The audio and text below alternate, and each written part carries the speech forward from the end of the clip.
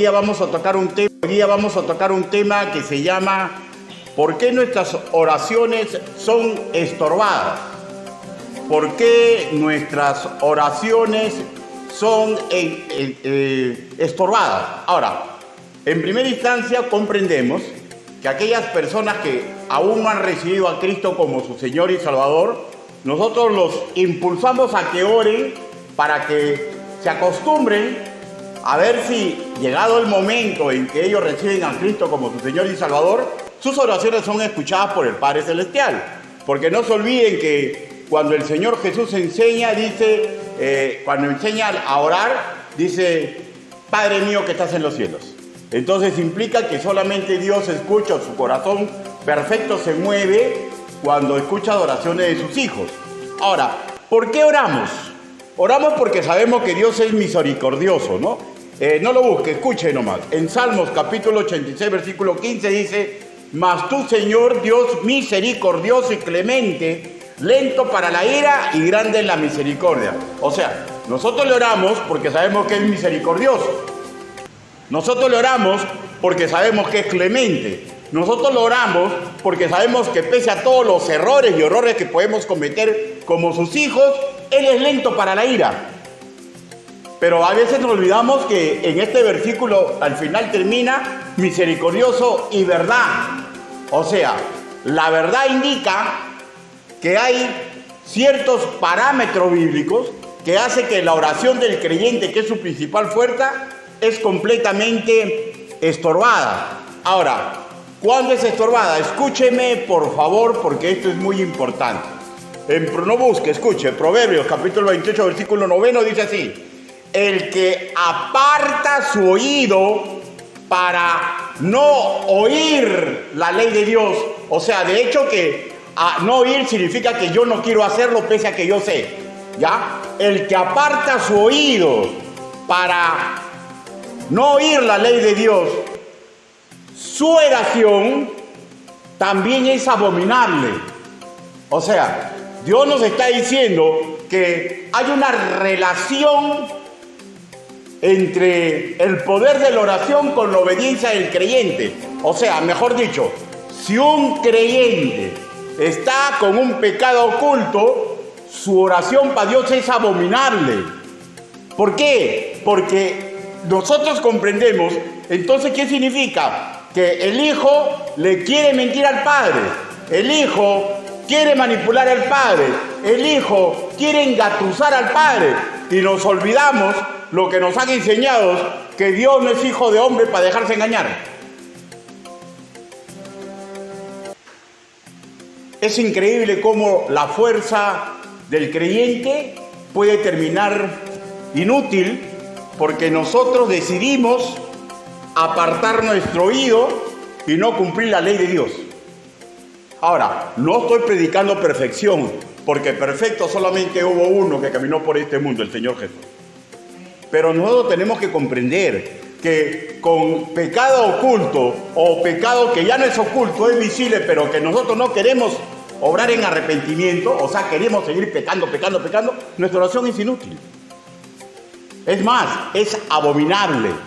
Porque yo pregunto, los que son padres y los que son hijos aquí también saben, ¿no? ¿A qué padre le guste que su hijo lo engañe sabiendo que él sabe la verdad? Un ejemplo, ¿no? Llego tarde del colegio y ya yo sé, porque mis amigas le han dicho que mi mamá ha pasado por ahí y me pregunta y yo le digo, mamá, he llegado tarde porque el profesor alargó el horario. Es abominable. O sea, sabe que su padre sabe la verdad, pero encima le quiere engañar. Y esa es una abominación.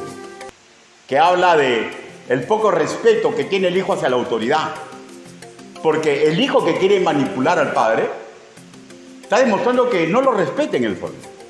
Y a Dios eso es abominación. Ahora, pero específicamente vamos a ver solamente hoy día 2 renglones. Y si Dios permite que pueda seguirle predicando en el día de oración, vamos a ver más. En total son como 25 formas por las cuales uno entorpece su oración ante Dios. Pero vamos a ver la primera. La primera es pedir mal. O sea, escúcheme por favor. Dios dice que seamos dadivosos. Dios dice que seamos justicieros. Dios dice que no intentemos sacar ventaja. Entonces, donde encuadra todo eso en contra, o sea, el antónimo, es el egoísmo. Pedir mal. Santiago, capítulo 4, versículo 3. Santiago, capítulo 4, versículo 3. La carta de nuestro hermano Santiago, después de Hebreos y antes de Pedro. Santiago, capítulo 4, versículo 3. Dice la palabra de Dios, ¿lo tenemos, hermano? Dice, Santiago, capítulo 4, versículo 3. Pedid y no recibís, porque pedís mal, para gastar en vuestros deleites. Permítame dirigirlo en segunda oración congregacional. Bendito Padre Celestial, mis hermanos aquí reunidos y su predicador, todos comprendemos a cabalidad que no existe hombre digno de predicar ni enseñar su evangelio. Señor, pero hoy usted me está dando la oportunidad. Hable, Señor Yahvé, que las verdades que he encontrado en su palabra, Señor, que usted las sabe y me está escuchando, retumben en el corazón de mis hermanos y a mí me haga recordar, Señor, que la principal alma que usted me ha dado, yo puedo y solamente yo puedo entorpecerla cuando decido, mi Dios Santo, vivir en pecado. Ayúdenos, Padre, para que comprendamos, asimilemos y recordemos, de acuerdo al caso. Estas cosas le pedimos en el nombre del Señor Jesucristo. Amén. Pedir mal, por egoísmo. Con suma claridad el apóstol Santiago nos dice que no estamos pidiendo correctamente. ¿Por qué no estamos pidiendo correctamente? Porque el Señor Jesús quiere que nosotros copiemos sus virtudes. Y cuando hablamos de copiar sus virtudes, significa que tenemos que intentar imitarlo. Y si yo voy a pedir para mis deleites, ojo, que aquí nosotros leemos deleites, pero en una comprensión simple del castellano, deleite puede comerse en churrasco, deleite hay deleites que son correctos, no, pero acá está hablando de la connotación negativa, o sea, cualquier cosa que sea deleite, pero que ve en contra de la palabra del Señor. O sea, por ejemplo, la Biblia me indica que yo me debo deleitar en la mujer que me dio los jugos de su juventud. Y acá el deleite es una connotación sexual, sentimental, emotiva con una mujer. Y cuando este deleite se vuelve pecado, cuando esta misma acción yo lo realizo o lo intento realizar o pienso el objetivo de mi deseo, hacer esto con una mujer con la cual no me he casado, o simplemente con una mujer que no es mi esposa. Entonces, y del mismo modo, esta agua mineral ha costado $1.50 o $2, pero me ha costado mi dinero. Y si esta agua mineral, usted sabiendo que es mía, se la toma sin decirme nada, o de repente sin intención de decirme, porque puede ser que usted tenga sed y lo encuentra ahí y dice, bueno, pero el pastor no se va a enojar, me la tomo y después le compro otro, no hay ningún problema. Pero si alguien piensa tomársela y sacar ventaja incorrecta, está tomando esta agua por su deleite, pero está en una connotación negativa porque lo está usando para robar. Porque cualquier cosa que yo me llevo que no es mía, sea de un sol o sea $1.000.000 de soles, es igualito ante los ojos de ese robo. Y así por el ejemplo, o sea, pedimos y pedimos mal por nuestros deleites. Porque cuando el creyente está pidiendo cosas que significan pecado en su vida, o cosas que significan vivir en egoísmo, o encara para pedir para él y no le interesa lo que ocurre a su alrededor, entonces el Señor dice, pides mal. Y si tú pides mal, quiere decir que tu corazón te está engañando y estás orando en abominación. Hay mucha diferencia de pedir mal, que no comprendo bien lo que yo estoy pidiendo y el Espíritu Santo arregla mis oraciones y pide correctamente, que pedir para seguir viviendo en pecado. Este es el primer punto. Hermanos, yo prefiero que ore por mí un hermano recién venido a la fe, pero que está haciendo bien las cosas, que una persona que esté evadiendo la disciplina, porque simplemente sus oraciones solamente es un mero ejercicio religioso. Hermanos míos, pedir bien implica no pedir para satisfacer algo que sabemos que es pecado. Primer punto. Segundo punto, pedir algo cuando aún no es el tiempo del Señor. Pedir algo cuando aún no es el tiempo del Señor. Eclesiastés, capítulo 8, versículo 6.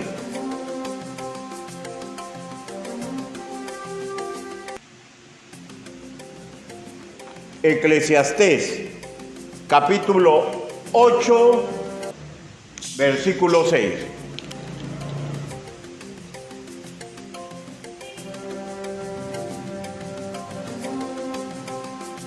Dice la palabra del Señor, porque para todo lo que quisieres hay tiempo y juicio, porque el mal del hombre es grande sobre él. Miren lo que dice, porque para todo lo que quisieres hay tiempo y juicio. Pregunto, ¿usted cuando quiere algo, sabiéndose creyente, no le pide a Dios?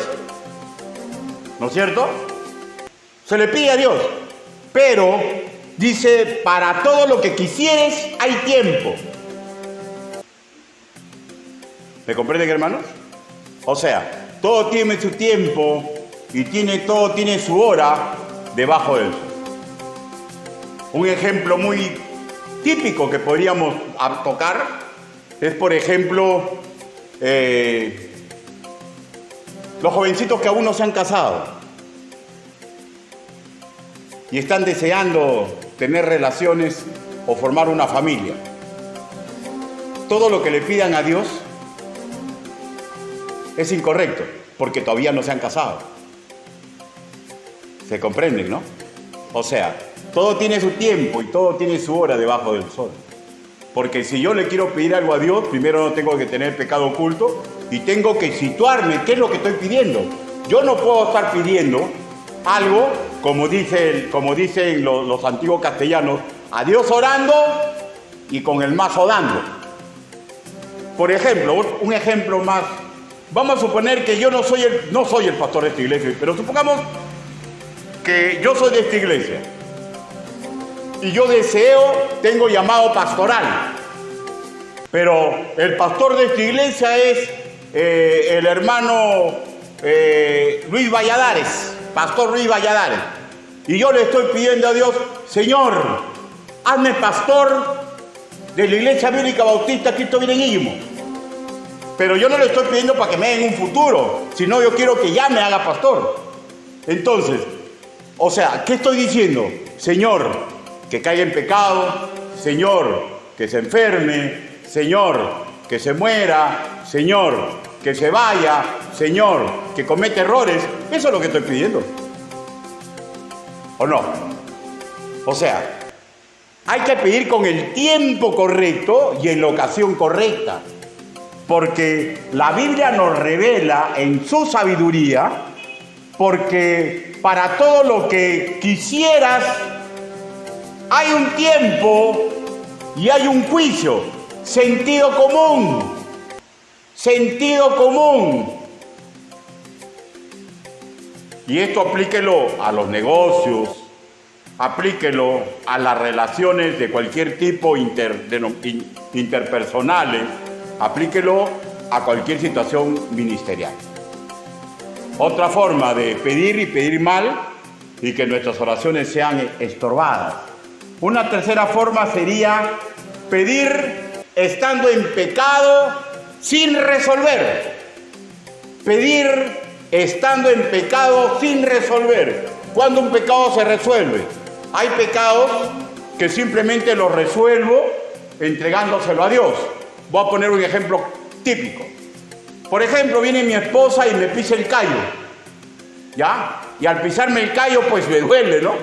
Y tengo una explosión emotiva. Y le digo, por ejemplo que pues, si me pasa, ¡camucha, carecho! La grito.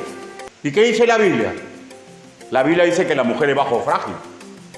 Entonces, ahí ya hice un pecado, que es emotivo, pero le he tratado mal y todo. Entonces, ese pecado emotivo no tengo que llevarlo a la iglesia. Cuando me pase la temperatura, tengo que arrodillarme ante Dios y decirle, Señor, tú sabes que soy un hombre imperfecto. Señor, por favor, pero perdóname. Y después de pedirle perdón a Dios, ver que Camucha, que estoy hablando en ese caso que es mi esposa, ver que Camuchita, que ya esté más tranquilita, porque no se olviden que poner la mano en la tetera caliente, que te vas a quemar. Entonces, una veo que es el momento oportuno, pero ya con promesa a Dios, acercarme y decirle, esposa mía, amada mía, Camuchita, o el caso que sea, perdóname. Pequé contra Dios y pequé contra ti, en sus palabras. Y automáticamente,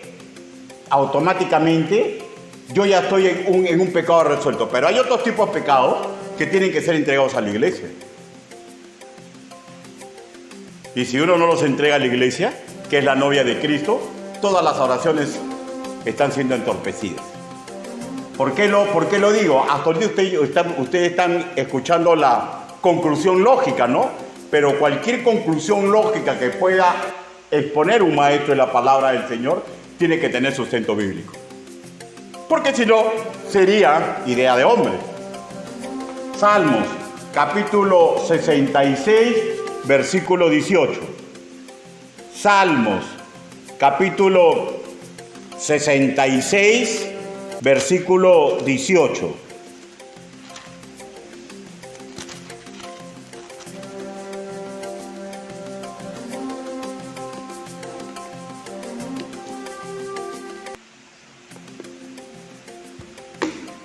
Dice la palabra del Señor, si en mi corazón hubiese yo mirado a la iniquidad, el Señor no me habría escuchado. O sea, el sentido de la palabra es que mi pensamiento, mi proyecto, mis sentimientos se han embargado por el pecado y no lo he confesado. O sea, estoy R con R guitarra, R con R cajón. Voy a hacer eso porque yo quiero hacerlo. O porque yo lo deseo. O porque son mis ideas y nadie tiene que ir en contra de mis ideas. Y la palabra del Señor le dice que es pecado. Entonces, dice el salmista, si mi corazón, mis ideas, mis sentimientos, mis proyectos, hubiera yo mirado a la iniquidad, o sea, si yo estoy haciendo todas esas cosas en iniquidad, en proyecciones incorrectas, la conclusión que nos enseña la palabra del Señor la dice en la segunda parte. El Señor no me habría escuchado.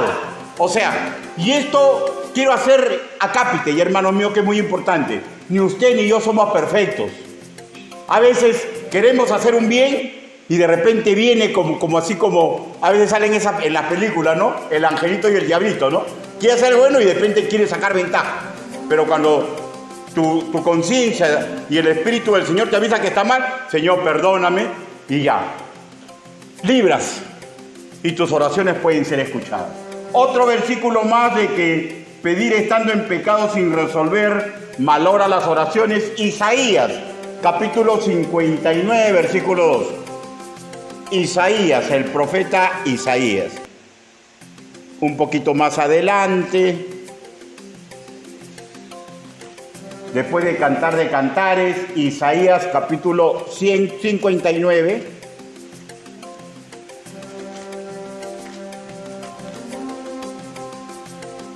versículo 2.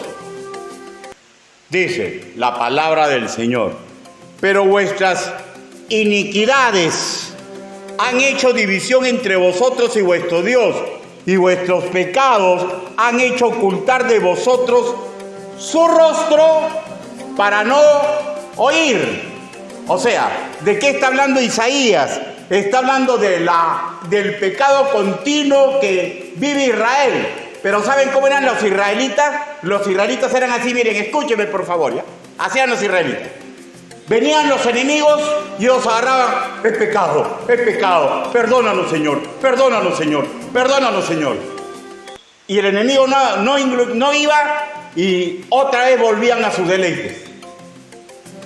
Entonces, tenemos que comprender que si yo quiero pedirle perdón a Dios, o por ejemplo yo le quiero pedir perdón a la novia de Cristo, tengo que decidir ese pecado que estoy haciendo, dejarlo de hacer.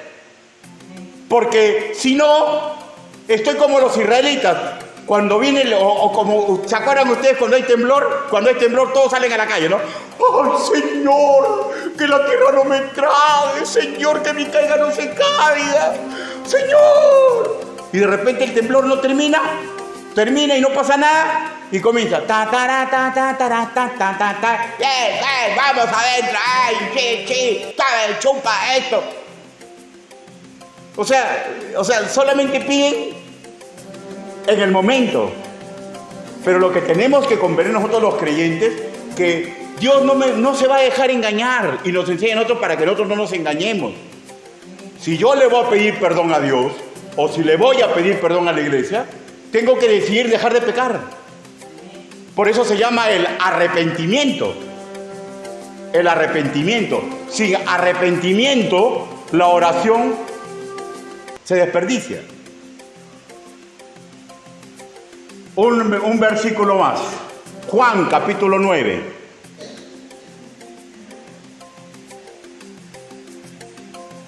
Juan capítulo 9.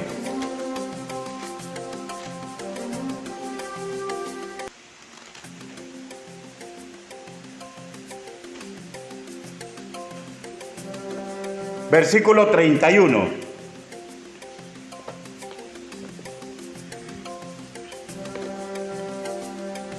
Dice la palabra de nuestro Señor y nos enseña así cómo podemos valorar nuestra oración. Y sabemos que Dios no oye a los pecadores, pero si alguno es temeroso de Dios y hace su voluntad, a ese oye.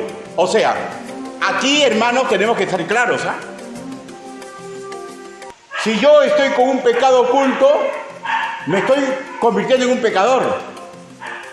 Entonces, la Biblia nos dice, nos enseña, definitivamente Dios no escucha a aquellos que no son hijos de Él, porque sus pecados no han sido cargados por el Señor Jesucristo. Pero aquellos que sí somos hijos de Dios y decidimos vivir sin un pecado, sin confesar, o vivir sin arrepentirnos, déjelo. Es un animalito el Señor, no se preocupen. Ya.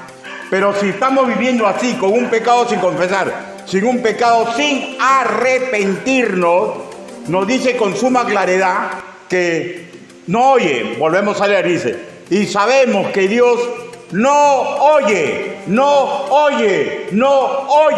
a los pecadores, pero si alguno es temeroso de Dios.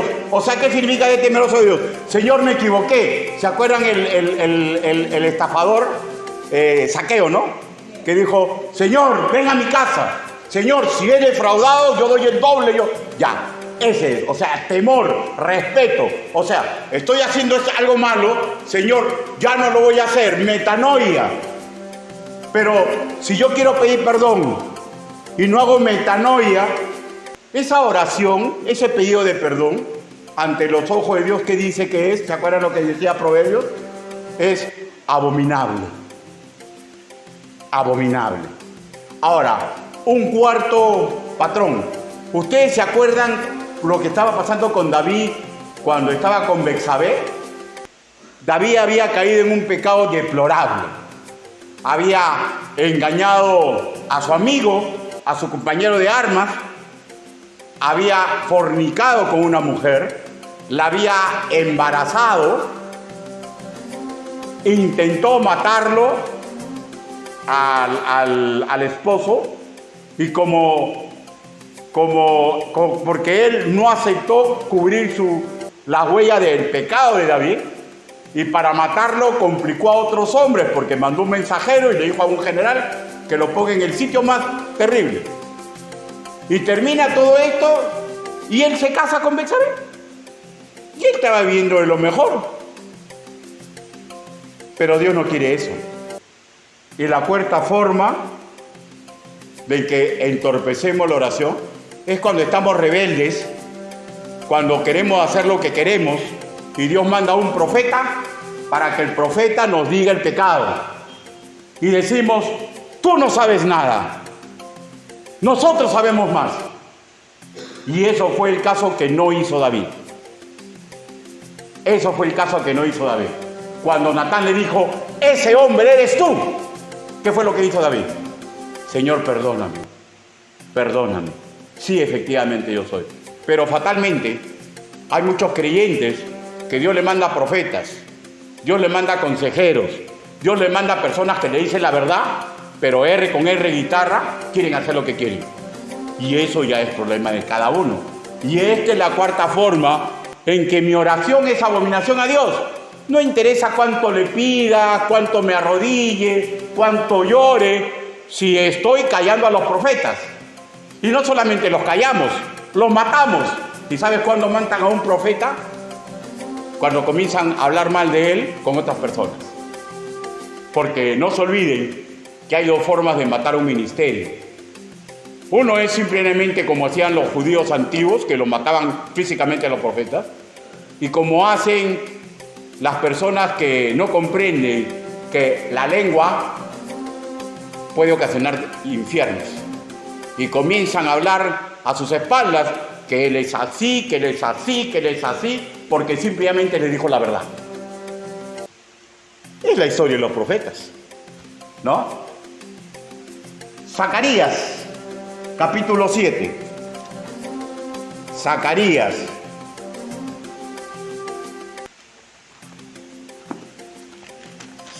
Zacarías, antes de el penúltimo libro del Antiguo Testamento. Es Malaquías, un librito acá, Zacarías capítulo 7.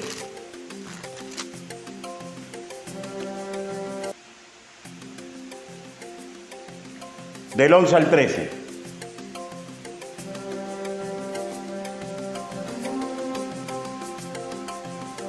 Dios les manda a los israelitas y a los de Judá profetas para que se arrepientan de su pecado, y los mandan matar, los mandan callar, y siguen haciendo lo que querían hacer.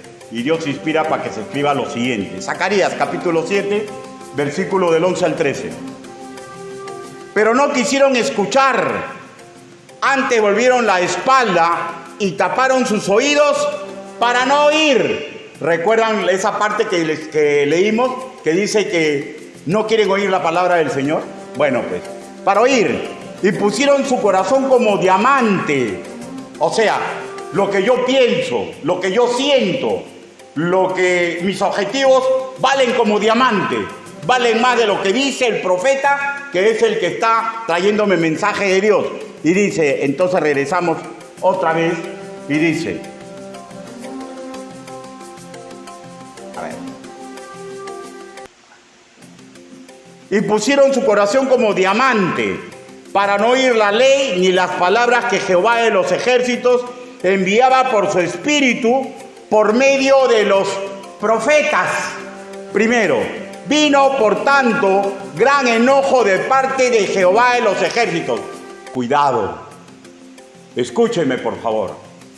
Cuando un hombre de Dios les está explicando la Biblia, esto es así, esto es así y esto es así, pero ponen su corazón como diamante, y si verdaderamente son hijos de Dios, agárrese, porque Dios al que es su hijo, lo azota.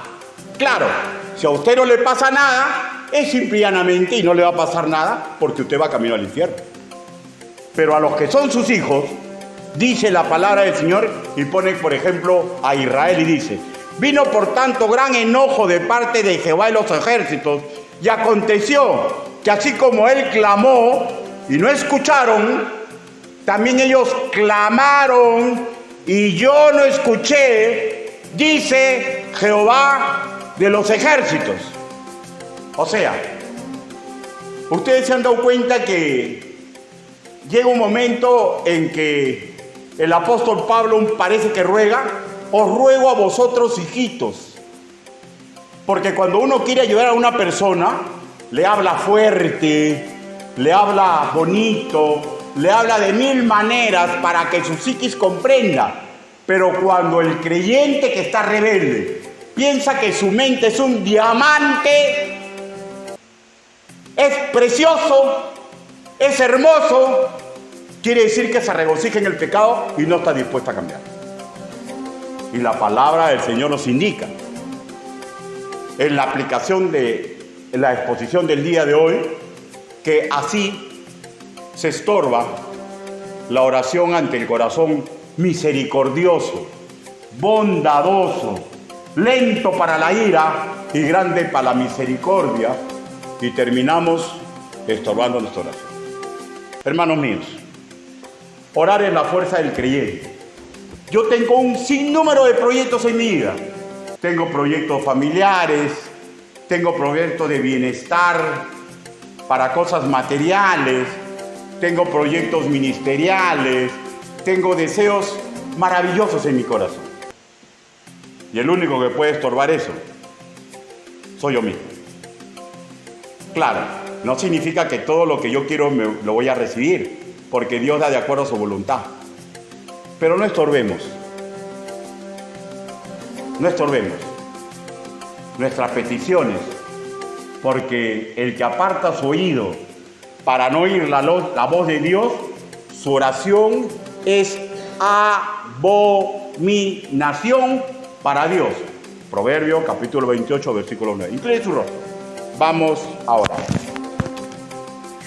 Bendito Padre Celestial, gracias Señor, porque mediante su bendita y perfecta palabra, usted nos enseña, mi Dios Santo, cuáles son los parámetros que debemos tener para, Señor, que nuestra oración no sea estorbada. Ayúdenos, Padre, porque tenemos tantos sentimientos, tantas ideas, tantos proyectos en el corazón, que necesitamos su ayuda perfecta, Señor.